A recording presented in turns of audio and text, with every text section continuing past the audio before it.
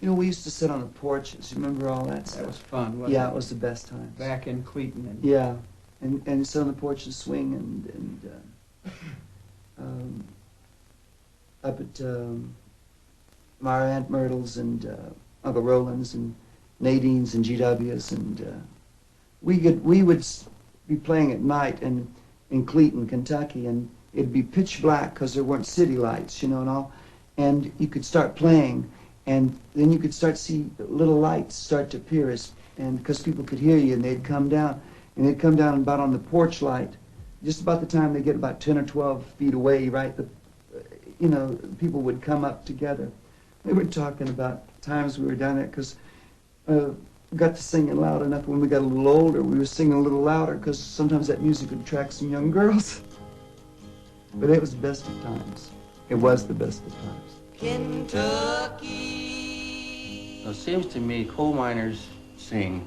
Some, I don't know, there's areas, and there's areas in the United States that a lot of music. West Texas, in particular, I don't know, they're not miners there, but there's something a little there. Pocket of music. Could be in the water. no telling us what it would be, but Kentucky had Merle Travis. Mose Regger's famous from there. But he would go back, and we would go to these small towns, and the guitar would be there. And pass the guitar to this fellow, and he'd sing a while, and pass it over. That was just constant. Kentucky produces a kind of a twang in the upper register that is not nasal, it's not annoying, it's just musically resonant. You know, it sounds like, I don't know, drops of clean mountain water running over the stones. It's just, it's beautiful.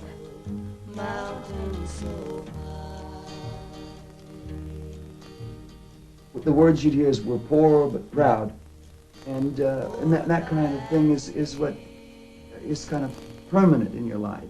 Because irrelevant of what it would happen to you and this, that, you know, you always have pride in your work and what you did do, and you did it honestly and proudly. Kentucky.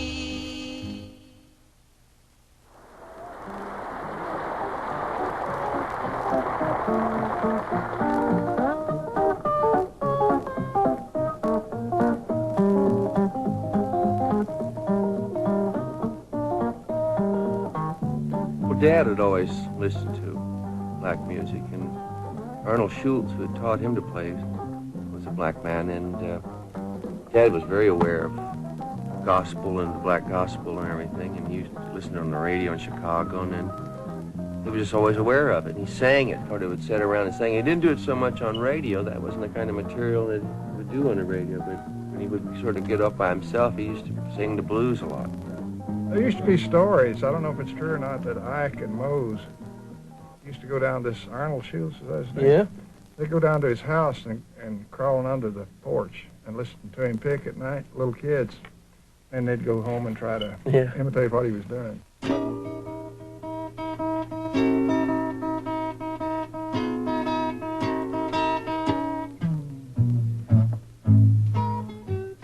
Mose and Dad used to play guitar around Muhlenberg County, picking and singing the blues at town halls and local dances. But that didn't pay the rent, so like most Kentucky men and a lot of Kentucky boys, they went down the mines to make a living. Oh, well, it rained 5 days, and the sky turned dark at night. Well, it rained 5 days, and the sky turned dark at night.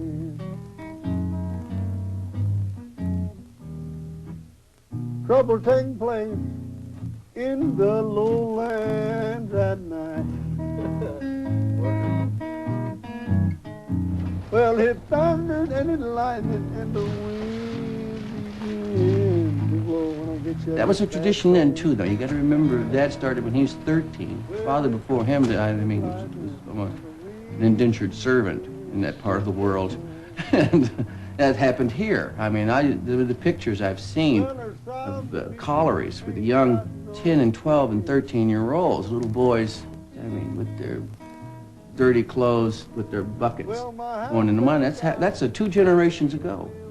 And our father caught the tail end of that. Said the last day he worked in the mines, he was he was working in the mines when they were the picks, and actually they were even at one point a little earlier than that. The electric cars underground had just come in. It was mules used and things, and he was loading it for paying by the ton. The coal you could load. I mean, I can't imagine it, but that was. And he said he was digging along one time, and a flame 50-foot long shot over the top of his head, and he said he packed his stuff up, and that was it. He came out of the mine. Like a lot of folks from Kentucky, Dad took the family and headed north to Chicago looking for work. But he got jobs playing honky-tonks in nightclubs as a musician, and we got to hear a lot of the blues groups that were making it at the time. The first song I ever learned in my life was Paper Doll, and that's the Mills Brothers. So I remember learning that in Chicago, and Dad taking me down to one of those little recording booths that they had for soldiers to write to talk letters back to their folks. Hi, I'm Elmo here, and there was a little record. He made a record of that, me singing Paper Doll, him playing the guitar. He took his guitar down. I'll never again. Hey boy, what you gonna do? I'm going to buy a paper doll that I can call my own. A doll that other fellows cannot steal. And then the flirty guys with their flirty eyes will have to flirt with dollies that'll be. When I come home at night, she will be waiting. She'll be the truest doll in all this world. I'd rather have a paper doll to call my own than have a fickle-minded real I do.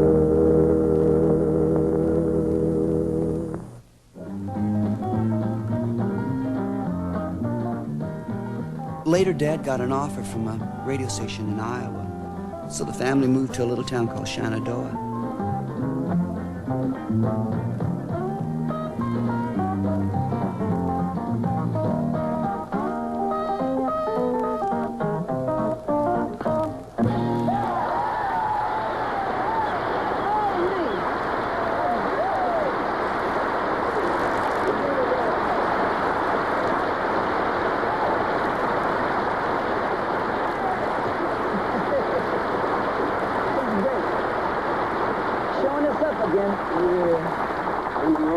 It surely has, and it's been a long time since the old radio days, hasn't it, Dad? Well, a great big howdy-do to all of our good friends and neighbors. This is Dad Everly talking for the Everly family. And we're going to play and sing you some songs, neighbors, family style, also country style. And we got the whole gang on deck, Mom, Don, baby boy Phil. You know, I kind of suggest that we get the Everly brothers team up on one here. Phil, what are you going to sing this time? Well, Dad, we'd like to do a number for the folks, and it's called Don't Let a Love Die.